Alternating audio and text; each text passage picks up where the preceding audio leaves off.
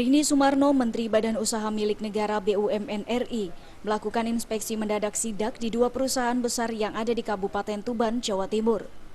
Perusahaan yang pertama kali dikunjungi adalah PT Trans-Pasifik Petrochemical Indotama, TPPI di Desa Remen, Kecamatan Jenuh, Kabupaten Tuban. Begitu usai melakukan sidak di perusahaan yang diambil alih oleh PT Pertamina tersebut,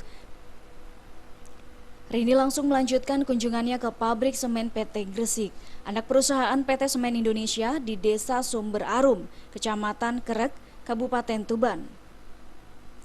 Kunjungan tersebut dilakukan tanpa diketahui jajaran Forpimda karena tanpa ada pemberitahuan sebelumnya. Dua perusahaan tersebut baru mendapatkan kabar kedatangan Menteri BUMN beberapa jam sebelumnya. Bahkan karena terlalu mendadak, tidak tampak satupun pejabat dari Pemkab Tuban yang ikut menyertai kunjungan ini.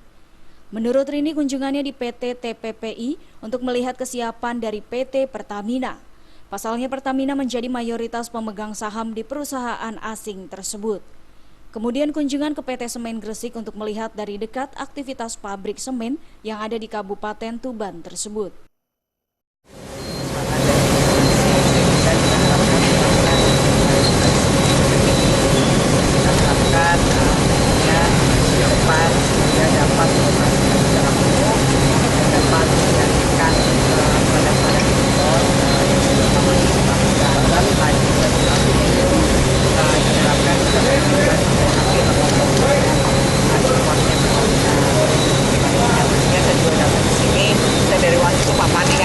Terus saya ke Semen Indonesia karena ada kesempatan, terus juga karena pasti dan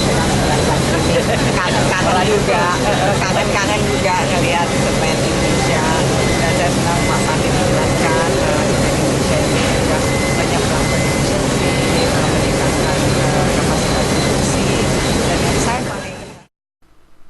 Dari Tuban, Jawa Timur, Sumali Malwapati melaporkan.